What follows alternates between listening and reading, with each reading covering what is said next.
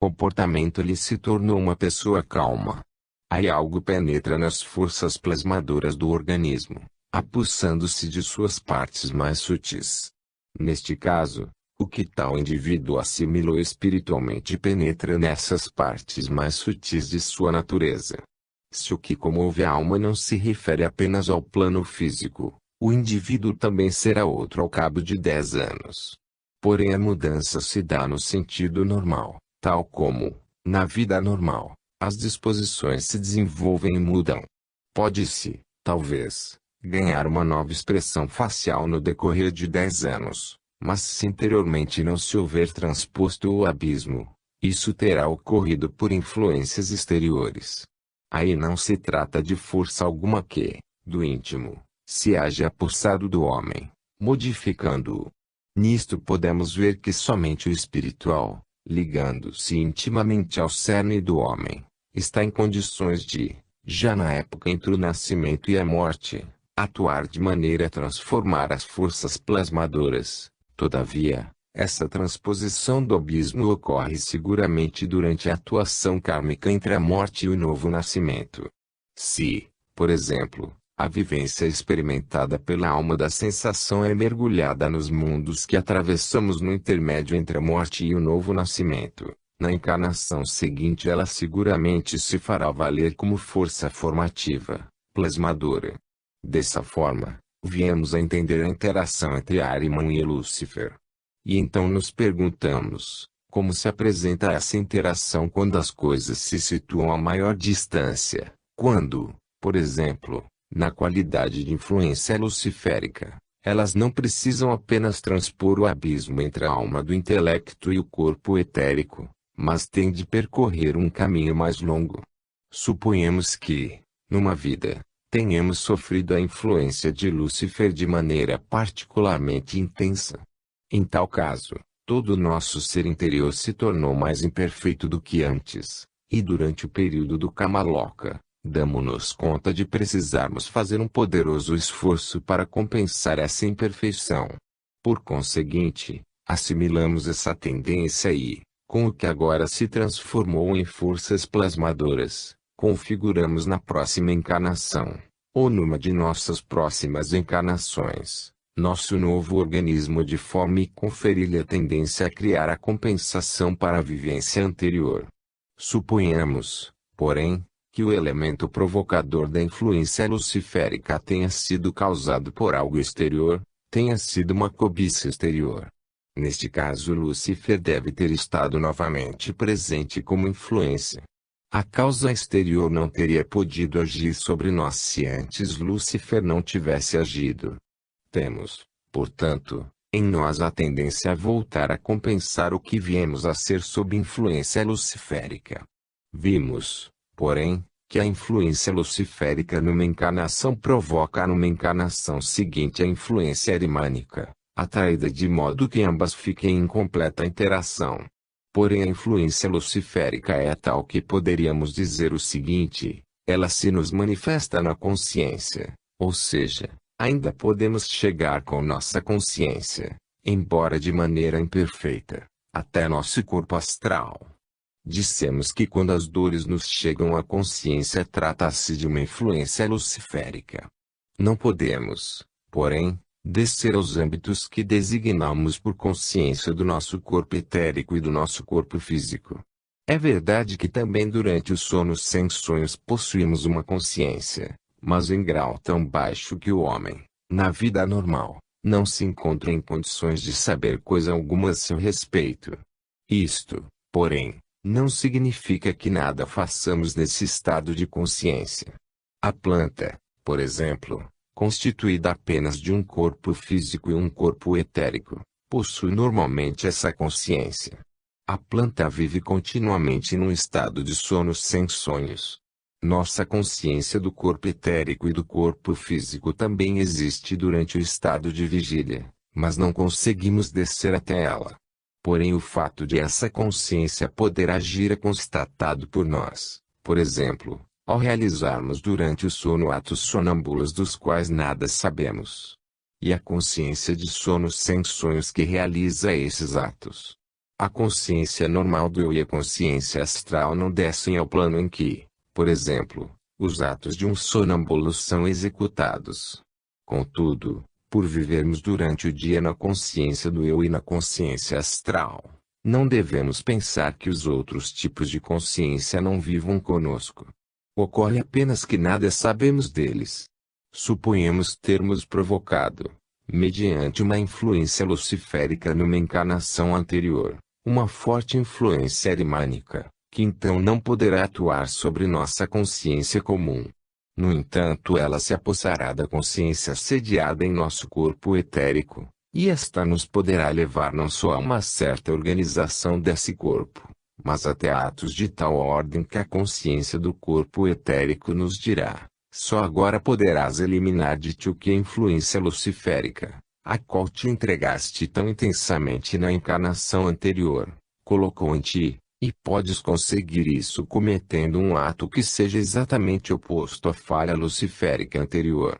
Suponhamos que uma influência luciférica nos tenha levado, a partir de um ponto de vista religioso ou espiritualista precedente, a um outro em que declaremos agora quero gozar a vida, dando, portanto, um salto poderoso para a sensualidade. Tal situação provocaria a influência arimânica de maneira a causar um acontecimento exatamente oposto. Pode então ocorrer de a pessoa em questão procurar, no caminho de sua vida, um ponto em que possa voltar, de um salto, da vida sensual à espiritual. Uma vez tendo-se entregue de um salto à sensualidade, agora ela quer voltar, de um salto, à vida espiritual. A consciência superior não percebe isso, mas a misteriosa subconsciência, vinculada aos corpos físico e etérico, impele o indivíduo a procurar um lugar onde se possa guardar o fim de um temporal, onde esteja um carvalho, embaixo dele um banco, e eis que o raio cai justamente nesse lugar. E aí a subconsciência faz o homem compensar o que havia feito numa encarnação anterior. Temos aí o inverso. Assim, percebemos um efeito sob influência luciférica numa vida anterior e, como consequência, uma influência de Ahriman na vida atual. Ahriman tem de colaborar aqui para excluir a consciência superior até o ponto em que o indivíduo segue apenas a consciência do corpo etérico ou do corpo físico. Dessa maneira entendamos muitas outras coisas que acontecem na vida. Mas não devemos explicar dessa forma todos os casos em que alguém morre ou sofre ferimentos graves. Essa seria uma concepção muito estreita do karma. Existem correntes, mesmo em nosso movimento antroposófico, que concebem o karma de uma forma muito estreita. Elas acreditam ter no karma algo que conduz a um ponto de vista mais elevado, mas na realidade não o conhecem. Consideram o karma de tal maneira que, se realmente ocorresse como pensam, toda a ordem universal deveria estar sempre especialmente direcionada para cada ser humano individual, a fim de servir ao decurso harmonioso e à compensação de cada vida humana, sendo, portanto, as circunstâncias sempre combinadas numa vida para proporcionar a exata compensação de toda e qualquer ocorrência numa vida anterior. Esse ponto de vista, porém, não é sustentável. Como seria, então, se alguém se colocasse diante de uma vítima de um acidente e lhe dissesse: esse é o teu karma, é a consequência kármica de uma vida anterior, foste tu culpado, mas, quando outro vivesse um momento de sorte, a mesma pessoa dissesse: isso foi motivado por um bem que fizeste no passado. Para que tais afirmações tenham um real valor, quem as faz deveria primeiro verificar o que, na vida anterior, aconteceu para causar tal efeito. Caso se tivesse colocado no âmbito da vida anterior, ele teria visto as causas oriundas dessa vida, devendo então olhar para a encarnação seguinte ao querer divisar os efeitos. De tudo isso decorre, porém, uma consequência lógica. Em cada encarnação surgem fatos representando acontecimentos ocorridos pela primeira vez na vida de cada indivíduo através das encarnações, e esses fatos terão sua compensação kármica na próxima vida. Ao se considerarem os efeitos na vida seguinte, podem-se visualizar as causas. Quando, porém, Acontece uma desgraça sem que para isso se encontre, por todos os meios, uma causa na vida anterior. Cumpre admitir que haverá uma compensação na vida seguinte. Karma não é fado. De cada vida é levado algo para as vidas seguintes. Compreendendo isso, também entenderemos que o homem possa encontrar, de maneira coerente e significativa, novos acontecimentos em sua vida. Lembremos que os grandes eventos da evolução da humanidade só podem realizar-se por serem empreendidos por determinados indivíduos. Certas pessoas têm, em dado momento, de assumir os intentos da evolução. Pensem como teria decorrido a evolução na Idade Média se Carlos Magno não houvesse interferido em certa época, ou como teria sido a vida cultural de épocas antigas se, em dado momento, Aristóteles não houvesse atuado. Pensem que, se quisermos compreender o andamento da evolução da humanidade, teremos de considerar Aristóteles no contexto da época em que viveu, pois sem ele muita coisa posterior teria sido diferente. Vemos, portanto, que personalidades como Carlos Magno, Aristóteles, Lutero, etc., tiveram de viver, em seu tempo, não por sua própria causa, mas por causa do mundo. Seus destinos pessoais eram intimamente entretecidos ao que aconteceu no mundo. Contudo, acaso podemos dizer, por isso, que sua atuação estivesse vinculada ao que haviam feito de meritório ou de culposo antes? Tomemos o caso de Lutero. Não podemos contabilizar em sua conta kármica tudo o que ele experimentou e padeceu. É preciso ter em mente o seguinte: o que deve acontecer em dado momento da evolução da humanidade acontece pela intervenção de certas individualidades. Essas individualidades têm de ser conduzidas a descer do mundo espiritual à Terra, não importando se estão bastante evoluídas para tal, pois elas descerão para servir aos fins da evolução da humanidade. Talvez um caminho kármico tenha de ser prematuramente interrompido ou alongado a fim de que as personalidades em questão possam ser colocadas na vida em determinado momento. Aí estão infligidos, a certas pessoas, destinos sem qualquer relação com o karma antecedente. Entretanto, se uma pessoa foi colocada dessa maneira na vida, tendo feito o que é possível fazer entre o nascimento e a morte, isto configura causas kármicas. Se é verdade que um Lutero foi conduzido à existência por causa da humanidade, passando por destinos totalmente desvinculados de seu karma anterior, também é verdade que suas realizações de então se ligarão a seu karma futuro. O karma é uma lei universal à qual cada um está sujeito, mas não devemos entendê-lo olhando apenas para encarnações anteriores, e sim olhando também para o futuro. Por isso nos é lícito dizer o seguinte: desse ponto de vista, uma vida posterior só pode justificar encarnações precedentes na medida em que nos tocam coisas não situadas, de modo algum, em nossa linha kármica.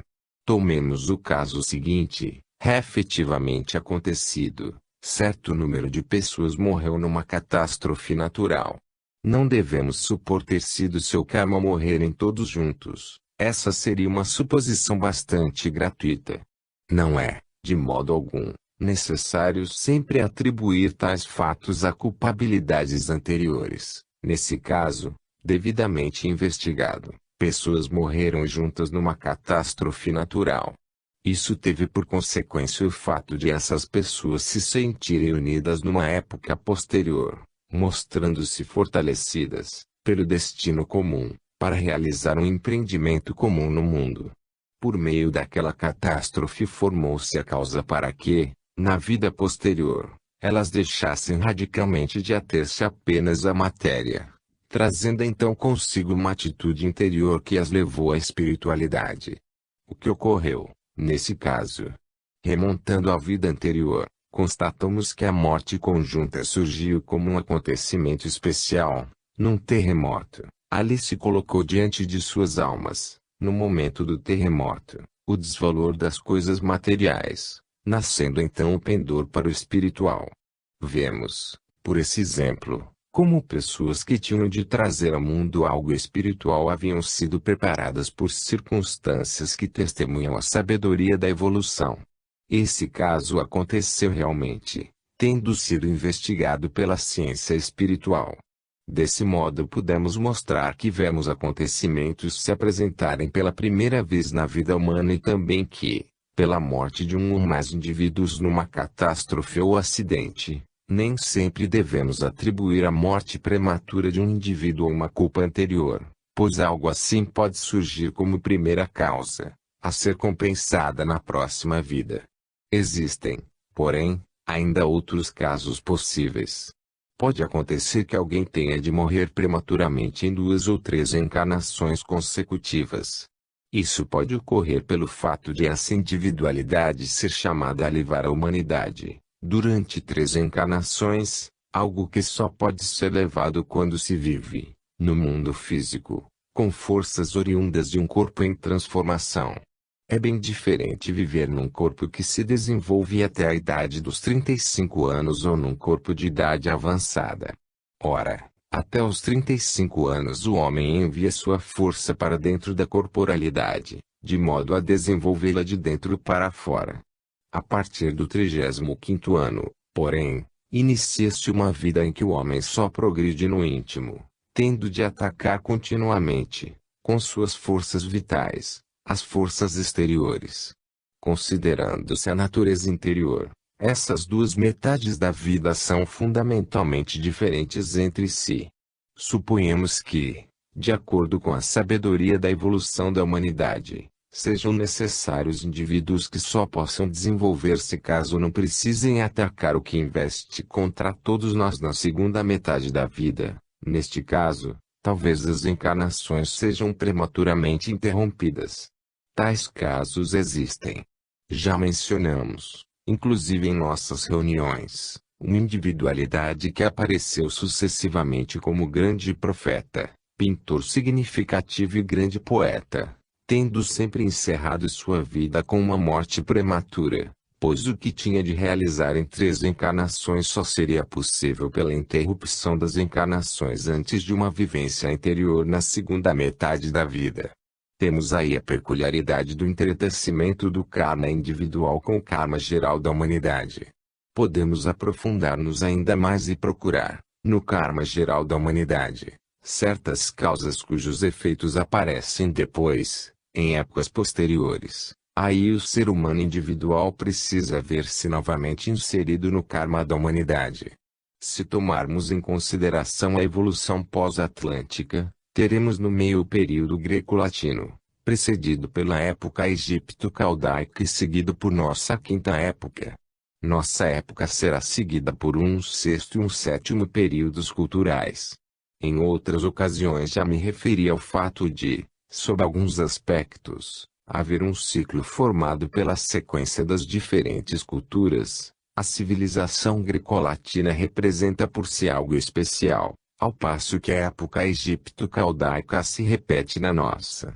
Já salientei também, numa de nossas palestras, como Kepler viveu em nossa época e com a mesma individualidade viveu outrora num corpo egípcio, tendo podido naquela ocasião, sob a influência dos sábios sacerdotes egípcios, dirigir o olhar à abóbada celeste, tendo assim o mistério das estrelas como que sido revelado ela do alto.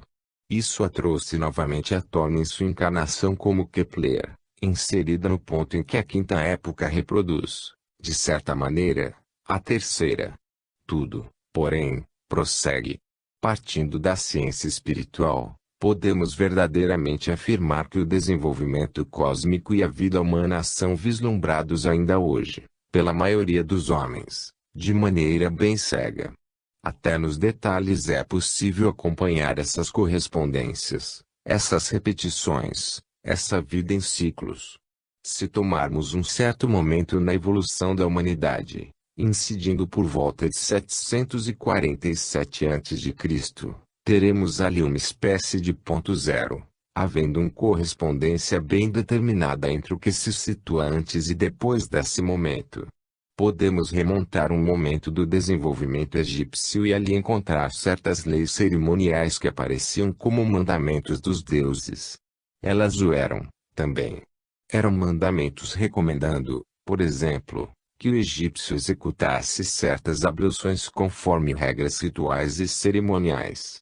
Dizia-se ao egípcio que ele só podia viver de acordo com a vontade dos deuses se em certos dias fizesse determinado número de abluções. Tratava-se de um mandamento divino que se manifestava sob forma de certas práticas de asseio.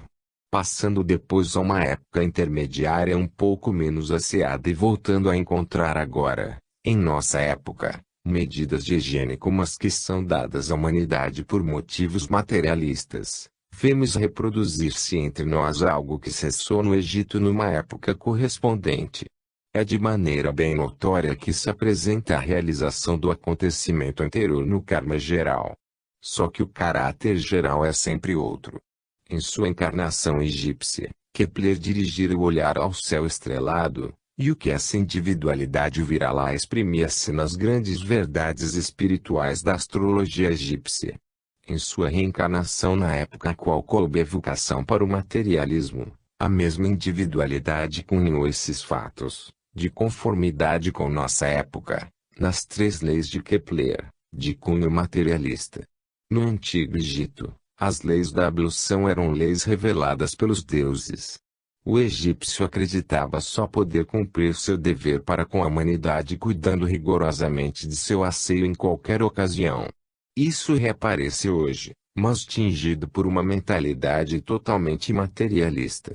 Ao observar tais preceitos, o homem de hoje não pensa realizar um serviço divino, pensa apenas servir a si próprio. Mas, mesmo assim, é o passado que ressurge. Assim tudo se cumpre no mundo e, em certo sentido, bem ciclicamente. Nesta altura, os senhores sentirão que os fatos formulados da última vez como uma contradição não se aplicam tão simplesmente, como muitas vezes se supõe. Sem determinada época os homens não estavam em condições de tomar certas medidas contra epidemias. Naquela época não podiam fazê-lo porque as epidemias deviam atuar de acordo com o sábio plano universal do cosmo, para que as almas humanas encontrassem oportunidade de compensar os resultados da influência arimânica e das certas influências luciféricas anteriores. E se hoje as condições são outras, isto igualmente obedece a grandes leis kármicas bem definidas. Podemos depreender daí que, em verdade, não podemos considerar essas questões superficialmente. Ora, como coadunar esses dois fatos? Dissemos que, quando o indivíduo procura a oportunidade de contrair uma epidemia ou uma infecção, trata-se da reação necessária a uma causa kármica anterior. Será que então podemos tomar medidas higiênicas ou outras contra isso? A questão é profunda, e para respondê-la precisamos primeiramente juntar o material apropriado. Precisamos ter em mente que onde os princípios luciféricos e arimânicos atuam, seja simultaneamente ou em períodos mais longos, em ação conjunta ou oposta, aparecem certas complicações na vida humana. E essas complicações atuam de modo a se nos apresentarem das mais diversas maneiras, de modo a não vermos dois casos iguais. Estudando, porém, a vida humana, viremos a orientar-nos da seguinte forma: ao procurar a ação conjunta de Lúcifer e Ahriman em cada caso individual, sempre encontraremos um fio para atravessar essa relação. Teremos, porém, de fazer uma clara distinção entre o homem interior e o homem exterior. Hoje já tivemos de distinguir claramente entre o que ocorre na alma do intelecto e o que se exibe no corpo etérico como efeito dessa alma.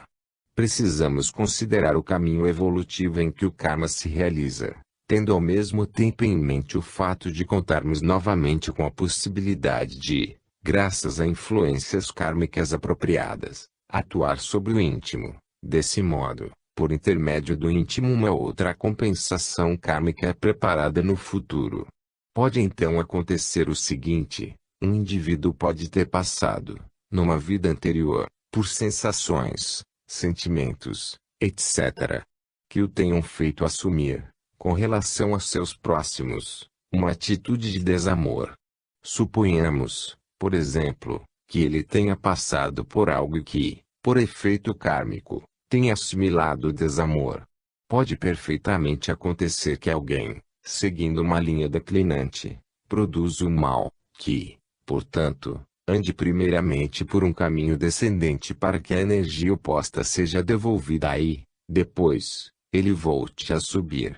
Suponhamos, portanto, que um indivíduo, entregando-se a certas influências, tenha se inclinado a um certo desamor. Depois esse desamor aparece numa vida seguinte, como efeito kármico, configurando forças interiores em sua natureza.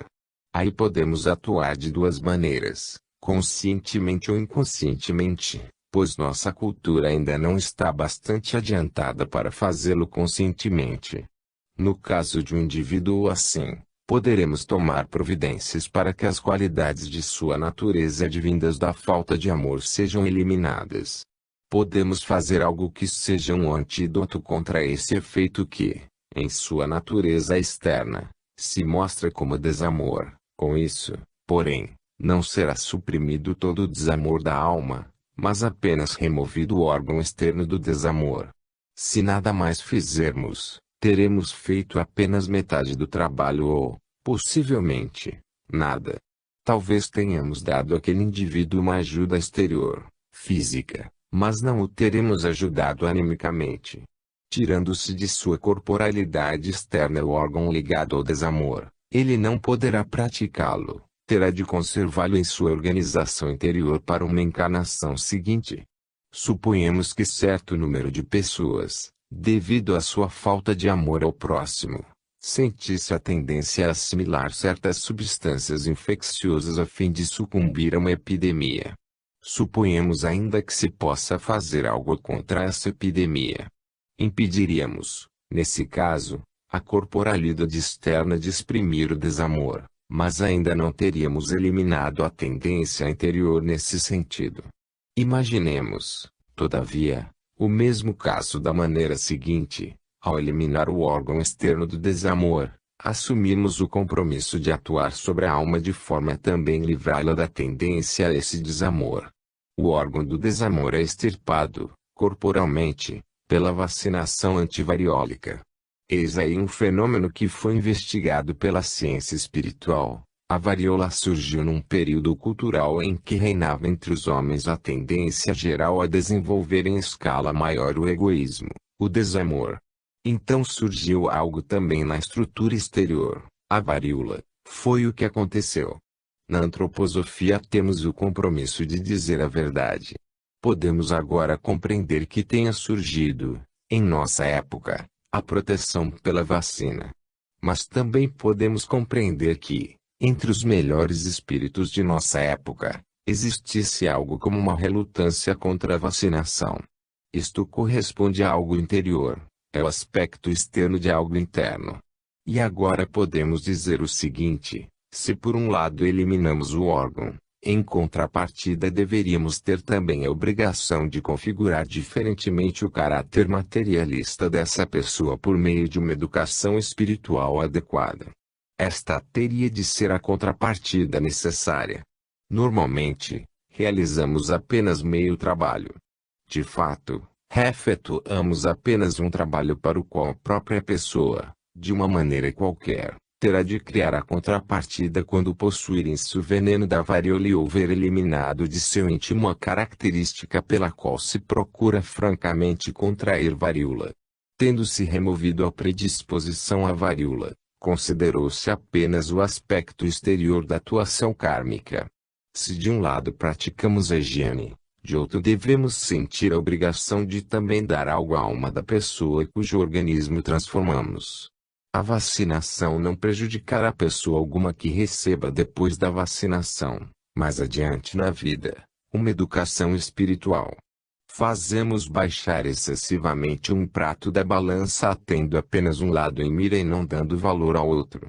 É isso que, no fundo, se sente nos círculos onde se afirma o seguinte: quando as medidas de higiene vão longe demais, geram-se apenas naturezas fracas. Isto realmente não se justifica, mas os senhores estão vendo. O essencial é que não se deve assumir uma tarefa sem a outra. Com isso chegamos a uma importante lei da evolução da humanidade. Sempre um lado exterior e um lado interior têm de manter-se em equilíbrio, sendo que não se deve simplesmente considerar um deles, o outro não pode ser esquecido.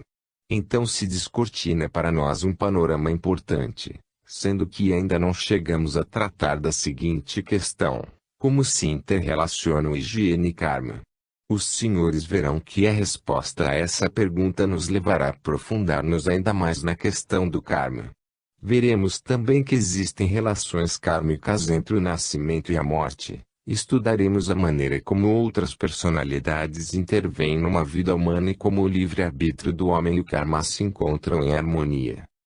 26 de maio de 1910. Efeito kármico das vivências masculinas e femininas. Conforme observei repetidas vezes, só será possível aludir às grandes leis kármicas em alguns poucos esboços, a fim de dar sugestões nesse campo simplesmente incomensurável.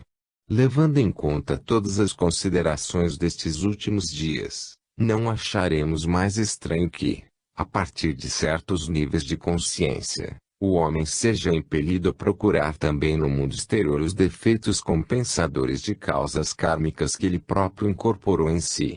Ele pode ser impelido a procurar a oportunidade, por exemplo, de contrair uma doença infecciosa, para nela procurar os efeitos compensadores de uma causa kármica incorporada em si, e até mesmo quanto ao que se pode chamar de acidentes da vida. Ao provocá-los, o homem pode estar sendo impelido a procurar uma compensação. O que acontece então com o decurso do karma quando, por meio de medidas quaisquer, estamos em condições de impedir o indivíduo de procurar essa compensação? Suponhamos que, por meio de certas medidas higiênicas, atuemos no sentido de impedir que certas causas, certas coisas para as quais o indivíduo deva ter inclinação em virtude de suas relações kármicas, possam existir. Imaginemos termos conseguido, graças a uma medida higiênica, combater certos agentes patogênicos em determinada área. Já vimos que não reside, de modo algum, no arbítrio dos homens tomar tais medidas. Vimos como em determinada época, por exemplo, surgiu o pendor para regras de asseio simplesmente porque esse pendor, que entrementes havia desaparecido, voltou a aflorar na evolução, repetindo-se em sentido inverso. Vimos, a partir disso, que nas grandes leis do karma da humanidade estão contidas as razões pelas quais, em determinados momentos, o homem chega a tomar uma ou outra medida. Podemos também compreender facilmente que, numa época mais antiga, o homem não tenha chegado ao ponto de tomar medidas dessa espécie, porque a humanidade de então precisava das epidemias que hoje são eliminadas do mundo por medidas higiênicas. No que se refere às grandes disposições da vida, o desenvolvimento da humanidade está verdadeiramente sujeito a leis bem definidas, e antes que algo possa ser de significação e proveito para o desenvolvimento da humanidade como um todo, a possibilidade de se tomarem tais medidas nem sequer ocorre. Ora, essas medidas não provêm da vida plenamente consciente, racional e inteligente que o homem leva entre o nascimento e a morte. Elas provêm do espírito global da humanidade. Basta os senhores lembrarem como uma ou outra invenção ou descoberta só surge quando a humanidade está verdadeiramente madura para tal. Uma pequena vista de olhos sobre a história do desenvolvimento da humanidade na Terra poderá proporcionar-lhes muito a esse respeito.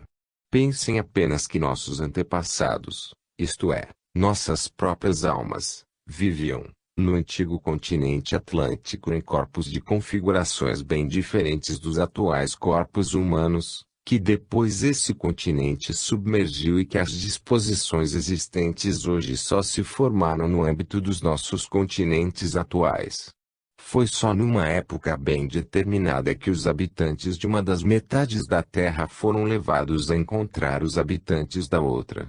Foi só pouco tempo atrás, num passado não muito remoto, que os povos da Europa puderam alcançar as regiões desmembradas em direção ao outro lado do continente Atlântico. Em tais assuntos, realmente vigoram leis de extrema amplitude. Não depende da opinião ou da arbitrariedade do homem a possibilidade de umas ou outras coisas serem descobertas, ou de serem tomadas medidas que possibilitem intervir karmicamente neste ou naquele sentido. Tudo isso surge quando é necessário. Não obstante, quando removemos certas causas que, de outra forma, teriam existido e seriam procuradas por certas pessoas mediante suas complicações kármicas, podemos influir no karma do homem. Essa influência, porém, não significa que eliminamos o karma, mas que o dirigimos em outro rumo. Imaginemos o caso em que um número de pessoas, impelidas por complicação kármica, procurem certas influências que configurem uma compensação kármica. Por meio de medidas higiênicas, essas influências ou circunstâncias estão temporariamente removidas e não podem mais ser procuradas pelas pessoas. Por isso tais pessoas não serão libertadas do que é provocado nelas como efeito kármico, mas serão impelidas a procurar outros efeitos. O homem não escapa ao seu karma. As referidas medidas não o dispensam do que ele normalmente teria procurado. Disso os senhores podem inferir que, para uma compensação kármica que de um lado estaríamos em condições de remover, deveria surgir uma compensação no outro sentido. Quando removemos influências quaisquer, criamos apenas a necessidade de se buscarem outras oportunidades de influências. Suponhamos que muitas epidemias ou causas de doenças genéricas sejam simplesmente consequências do desejo das pessoas que procuram suas causas patogênicas no sentido de eliminar o que inculcaram karmicamente em si próprias. No caso de epidemias de varíola, por exemplo, seriam os órgãos do desamor. Se conseguíssemos eliminar esses órgãos, a causa do desamor permaneceria e as almas em questão deveriam procurar a compensação apropriada, nesta ou naquela encarnação. De outra maneira, podemos compreender o que aí ocorre referindo-nos a algo com que certamente devemos contar, e que é o seguinte: hoje em dia são, de fato, removidas muitas influências e causas exteriores que normalmente teriam sido procuradas para compensar certas coisas kármicas que a humanidade se impôs em épocas anteriores. Dessa maneira, porém, só é eliminada a possibilidade de o homem ficar sujeito a influências exteriores. Nós tornamos sua vida exterior mais agradável ou também mais sadia. Com isso, no entanto, conseguimos apenas fazer com que o fato a ser procurado pelo homem na condição patológica correspondente, como compensação, tenha de ser procurado por outro caminho. As almas que, desta maneira, hoje em dia se salvam em matéria de saúde são, portanto, condenadas a procurar essa compensação kármica de outra maneira, e terão de procurá-la em muitos casos como os que foram descritos. Uma vez que, mediante uma vida mais sadia, lhes é preparada uma comodidade física maior, uma vez que a vida física lhes é tornada mais fácil, sua alma é influenciada de maneira oposta, e de modo que pouco a pouco venha a sentir um certo vazio, uma insatisfação, uma frustração. E se as coisas continuassem assim, tornando-se a vida exterior mais agradável e cada vez mais sadia, tal como se pode tê-la de acordo com as ideias generalizadas na vida puramente material, tais almas teriam cada vez menos estímulo em si próprias para progredir. Em certo sentido, ocorreria paralelamente uma obliteração das almas. Quem observa mais acuradamente a vida já pode notar isso hoje em dia. Dificilmente houve épocas com tantos homens vivendo em condições exteriores tão agradáveis, porém com as almas vazias e frustradas, como é hoje o caso.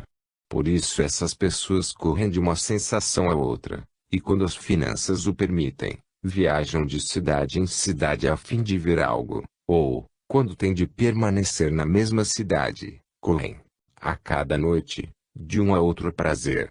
Com isso, no entanto, a alma fica vazia e acaba, ela própria, não sabendo o que procurar no mundo a fim de receber um conteúdo. Em verdade, uma vida puramente em condições de bem-estar exterior, físico, produzirá a tendência a pensar só em coisas físicas.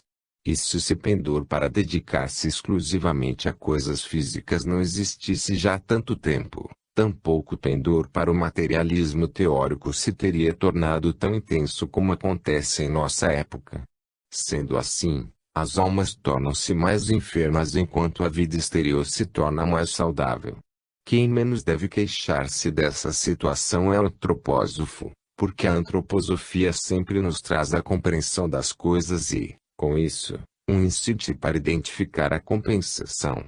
As almas só podem ficar vazias até certo grau, depois, são ricocheteadas para o lado oposto, como que pelo efeito da própria elasticidade. Procuram, então, um conteúdo que seja afim às suas próprias profundezas, vindo então a compreender quão necessário é, para elas, chegar a uma cosmovisão antroposófica. Vemos, pois, como o que emana das concepções materialistas da vida certamente facilita a vida exterior, mas cria para a vida interior dificuldades que, a partir do sofrimento da alma, levam à procura do conteúdo de uma cosmovisão espiritual. A cosmovisão espiritual, manifestando-se hoje como antroposofia, vem ao encontro das almas que ficam insatisfeitas com o vazio e com as impressões que a vida exterior lhes pode proporcionar, por agradável que esta seja. As almas procurarão reiteradamente assimilar novas vivências até que a tensão elástica do outro lado atue tão fortemente que elas venham a ligar-se ao que se pode chamar de vida espiritual. Existe, portanto, uma relação entre a higiene e as esperanças futuras de uma cosmovisão da ciência espiritual. Isso já pode ser observado hoje, em escala reduzida. Hoje existem almas que a outras superficialidades acrescentam uma nova. Elas começam a interessar-se pela cosmovisão antroposófica, que assimilam como uma nova sensação.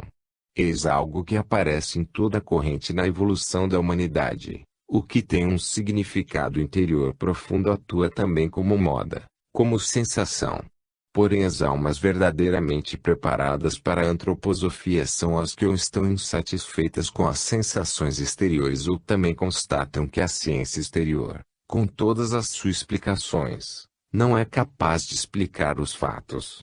Trata-se de almas que, por seu karma global, estão preparadas a ponto de poderem unir-se à antroposofia com componentes mais íntimos de sua vida anímica. A ciência espiritual também faz parte do karma global da humanidade e, como tal, nele se entrosará. Podemos, pois, levar o karma dos homens para um ou outro lado, num ou no outro sentido. Não podemos, porém, eliminar a retroação sobre o homem, de uma ou de outra maneira. Retorno que o próprio homem preparou para si em vidas anteriores. O modo como o karma atua corretamente no universo pode ser melhor ensinado ao se considerar que ele o faz, por assim dizer, ainda sem conotação moral, sem relacionar-se em nada com o que, a partir da alma, o homem desenvolve em impulsos morais e que, depois, leva a ações morais ou imorais. Queremos colocar diante de nós uma área do karma em que a moral ainda não desempenha papel algum, mas onde algo que neutro se apresenta como encadeamento kármico. Suponhamos uma mulher que vive em determinada encarnação.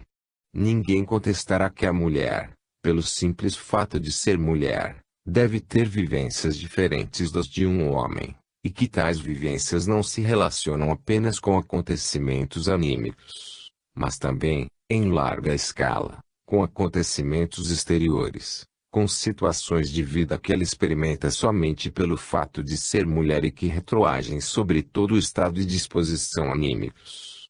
Por isso podemos dizer que a mulher é levada a certos atos intimamente relacionados com sua existência feminina.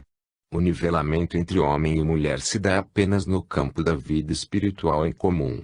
Quanto mais nos aprofundamos no campo meramente anímico e no aspecto exterior do ser humano, tanto maior se torna a diferença entre homem e mulher com respeito às suas vidas.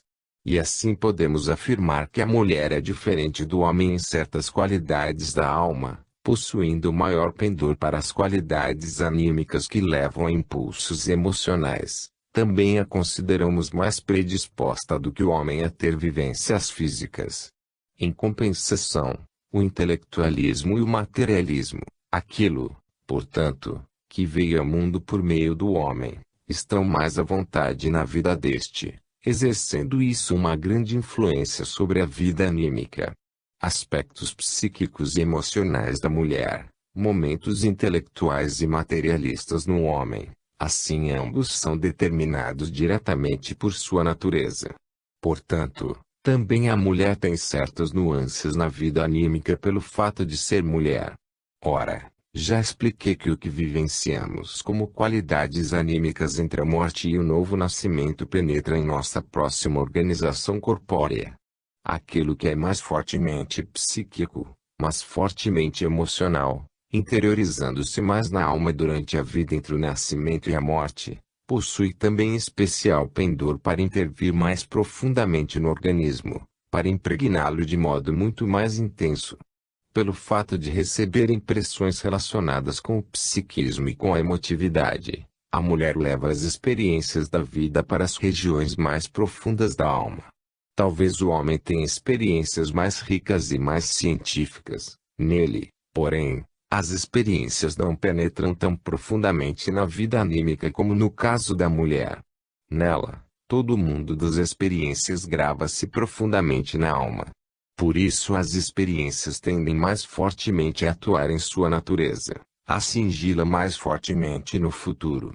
E assim uma vida feminina assume a tendência a, numa encarnação, intervir profundamente no organismo por meio de suas vivências, configurando com isso o próprio organismo na encarnação seguinte. Trabalhar mais profundamente, elaborar mais profundamente o organismo significa produzir um organismo masculino. Um organismo masculino é produzido quando as forças da alma querem fixar-se mais profundamente na matéria. Disso constatamos que das vivências femininas de uma encarnação procede o efeito que produzirá um organismo masculino na encarnação seguinte. Temos aí, dada pela própria natureza do ocultismo, uma relação situada além da moral. Por isso, no ocultismo costuma-se dizer o seguinte: o homem é o karma da mulher. De fato, o organismo masculino numa encarnação posterior é o resultado das experiências e vivências de uma encarnação feminina precedente. Preciso expor esses fatos muito objetivamente, mesmo correndo o risco de provocar pensamentos antipáticos em alguns dos senhores, pois muitas vezes os homens de hoje encaram com grande susto a perspectiva de virem a reencarnar-se como mulheres. E como é o caso das vivências masculinas, nós as compreenderemos melhor partindo logo do que acaba de ser exposto. Na natureza masculina, o ser interior intrusou-se mais profundamente na matéria, abraçando-a mais intensamente do que no caso da mulher. Em seu elemento incorpóreo, a mulher conserva algo mais do espiritual. Ela não vive tão profundamente no âmbito material, e sua corporalidade se mantém mais maleável. Ela não se afasta tanto do espiritual. A característica da natureza feminina é guardar em escala maior uma espiritualidade livre e, por isso, penetrar menos profundamente na matéria, principalmente mantendo o cérebro mais flexível. Não é de admirar que as mulheres tenham mais inclinação particular para coisas novas, especialmente no campo espiritual, pois elas mantêm seu lado espiritual mais aberto e opõem menos resistência. Não constitui, pois, acaso algum, e, sim, obedece a leis profundas, o fato de, num movimento ligado por natureza mais ao espiritual, se encontrar um número maior de mulheres do que de homens. E quem é o homem sabe que difícil instrumento é, em geral, o cérebro masculino. Ele cria obstáculos terríveis quando se quer utilizá-lo para trajetos mais maleáveis de pensamento. Ele não quer acompanhá-los, tendo de ser primeiramente educado com todos os meios possíveis para libertar-se de sua rigidez. Esta pode ser uma vivência pessoal da experiência masculina. A natureza masculina é, pois, mais condensada, mais concentrada, foi mais comprimida, tornada mais rígida, dura, pelo ser interior do homem, tornou-se mais material. Ora, um cérebro mais rígido é, antes de tudo, um instrumento mais para o intelectual e menos para o psíquico, pois o intelectual é algo que se relaciona muito mais com o plano físico. O que é qualificado como intelectualismo do homem origina-se de seu cérebro mais endurecido, mais solidificado. Poderíamos falar, nesse caso, de um certo grau de congelamento do cérebro. Ele precisará primeiramente descongelar caso tenha de percorrer caminhos mais sutis de pensamento. Por isso o homem é levado a captar mais as exterioridades e assimilar menos as vivências ligadas às profundezas da vida anímica. O que ele assimila tampouco se aprofunda. Uma prova exterior disso é quão pouco a ciência exterior se aprofunda nas coisas, com quão pouca profundidade os fatos são captados, o modo como, de fato, os fatos são sempre pensados em largo âmbito, mas pouco profundamente. Quem, pela própria autodisciplina do pensar, se vê forçado a concatenar os fatos, muitas vezes sente repulsa diante da maneira como a ciência exterior não hesita em alinhar os fatos lado a lado. Aí se pode ver a pouca profundidade das coisas. Eis um exemplo de quão superficial pode ser o procedimento da ciência atual. Imaginemos um jovem assistindo a uma aula ministrada por um adepto fervoroso do darwinismo. O estudante poderia ouvir, desse representante da teoria da seleção natural, coisas do tipo: de onde vêm as lindas cores, de cintilação azulada, das penas do galo. Isso deve ser atribuído à seleção natural, pois o galo atrai as galinhas pelas cores e elas vão escolher, entre os galos, os que possuem penas com cintilação azulada. Os outros ficam para trás e, em consequência, forma-se uma espécie. Isto é uma evolução superior, isto é seleção natural. E o estudante fica alegre por saber como pode ocorrer uma evolução ascendente. Daí passa a aula seguinte, onde se trata, digamos, da área da fisiologia dos sentidos. Agora pode acontecer de nosso estudante ouvir, nesta segunda aula, algo como o seguinte: fizeram-se testes mostrando quão diferentemente as cores do espectro atuam sobre os diferentes seres.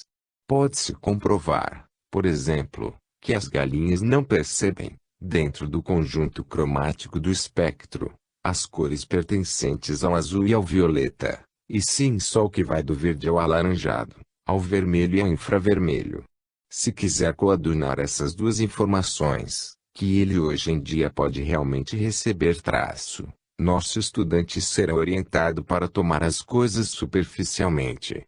Toda a teoria da seleção está baseada no fato de as galinhas provavelmente verem no galo, em termos de cores, algo que lhes deve trazer um regozijo especial, mas que em realidade elas não veem, pois lhes parece negro como breu. Este é só um exemplo. Mas passo a passo as coisas vêm ao encontro de quem se esforça em investigar de modo realmente científico. Como os senhores veem, a intelectualidade não penetra tão profundamente na vida, mas fica parada na superfície. Escolho propositadamente os exemplos crassos. Não se desejará admitir tão facilmente que a intelectualidade se desenvolve mais no exterior, não intervindo na vida anímica e pouco afetando o interior do ser humano. E a mentalidade materialista é ainda menos capaz de afetar a vida anímica. A consequência disso é que, a partir de tal encarnação em que ele pouco atuou na alma no período entre o nascimento e morte, o homem assimila a tendência a penetrar menos em seu organismo na encarnação seguinte. Ora, ele assimilou menos a força para fazê-lo. Por isso essa força agora atua de modo a que o homem impregne menos sua corporalidade. Daí nasce a tendência a formar, na encarnação seguinte, um corpo de mulher. Mais uma vez, constatamos o acerto deste ditado do ocultismo: a mulher é o karma do homem. Neste campo moralmente neutro, vemos de que maneira o que o indivíduo prepara para si, numa encarnação, organiza a sua corporalidade na encarnação seguinte. E como essas coisas afetam profundamente não só nossa vida interior, mas também nossas vivências exteriores e nossos atos. Devemos dizer que tendo, numa encarnação, vivências de homem ou de mulher, na encarnação seguinte o ser humano terá seu comportamento exterior determinado de uma maneira ou de outra, pois pelas vivências femininas tenderá a formar uma organização masculina e, contrariamente, pelas vivências de homem, uma organização feminina. Somente em casos raros repete-se a mesma encarnação sexual. Esta pode repetir-se no máximo 7 vezes. A regra é que toda organização masculina aspira a ser feminina na encarnação seguinte, e vice-versa. E a este respeito de nada adiantam as antipatias, pois não importa o que se deseja no mundo físico, e sim as inclinações que temos entre a morte e o novo nascimento, as quais são determinadas por razões mais sensatas do que o horror de alguém, numa encarnação masculina, a encarnar-se como mulher na encarnação seguinte. Estamos vendo como a vida posterior é determinada karmicamente pela anterior e, também, como os atos da vida posterior podem ser determinados. Temos, agora, de aprender a discernir mais uma relação kármica da qual ainda necessitaremos para aclarar melhor nossas importantes considerações destes próximos dias. Dirijamos o olhar retrospectivo a um ponto situado bem remotamente na evolução humana, ao momento em que começaram, na Terra, as encarnações do homem. Isso aconteceu na época da antiga Lemúria. Naquele tempo, atuou primeiramente de maneira incisiva sobre o homem a influência luciférica, provocando em seguida a influência de Arimã. Procuremos formar uma imagem de como a influência luciférica atuou exteriormente na vida humana. Pelo fato de o homem haver estado em condições de, naqueles tempos antigos, assimilar a influência luciférica, isto é, permear com ela seu corpo astral, este se inclinou a intervir muito mais profundamente no organismo, a descer mais profundamente no elemento material do corpo físico e, sobretudo, de maneira diferente do que teria ocorrido sem a referida influência. Por meio desta, o homem tornou-se mais material. Caso a influência luciférica não houvesse atuado, teria surgido nele uma tendência muito menor a descer ao mundo da matéria. O homem, como tal, ter-se-ia mantido em regiões mais elevadas da existência. Ocorreu, portanto, uma penetração muito mais forte do homem exterior e do homem interior do que teria sido o caso sem a influência luciférica.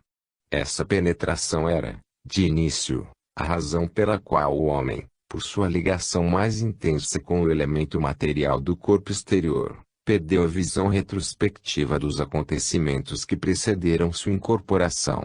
Ele passou a entrar na existência através de um tipo de nascimento que lhe propiciou ligar-se profundamente ao material, apagando assim a visão retrospectiva das vivências anteriores.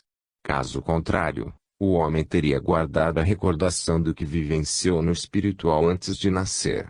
Pela influência luciférica, o nascimento transformou-se num ato pelo qual o homem estabelece ligações tão intensas entre seu ser interior e o exterior que se apaga sua vivência anterior no mundo espiritual.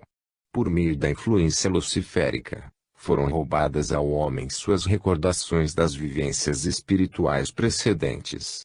A ligação com a corporalidade exterior faz com que ele não possa olhar retrospectivamente para o mundo de antes. Por isso, durante sua vida o homem está instruído a sempre buscar apenas no mundo exterior suas experiências e vivências.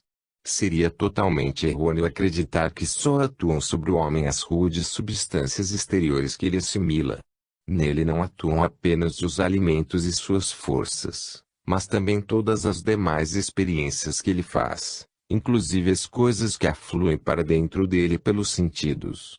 Contudo, mediante a ligação mais rústica com a matéria, os alimentos também atuam de uma maneira diferente. Imaginem, senhores, se a influência luciférica não estivesse presente, tudo atuaria sobre o homem de maneira muito mais delicada, desde os alimentos até as impressões sensoriais. Ele permearia tudo o que vivencia pela interação com o mundo exterior com o que vivenciou entre a morte e o novo nascimento. Por ter configurado a materialidade mais densamente, o homem tende também a assimilar coisas muito mais densas. A influência luciférica faz, portanto, com que o homem, pelo adensamento da matéria, também atraia do mundo exterior substâncias muito mais densas do que teria atraído normalmente.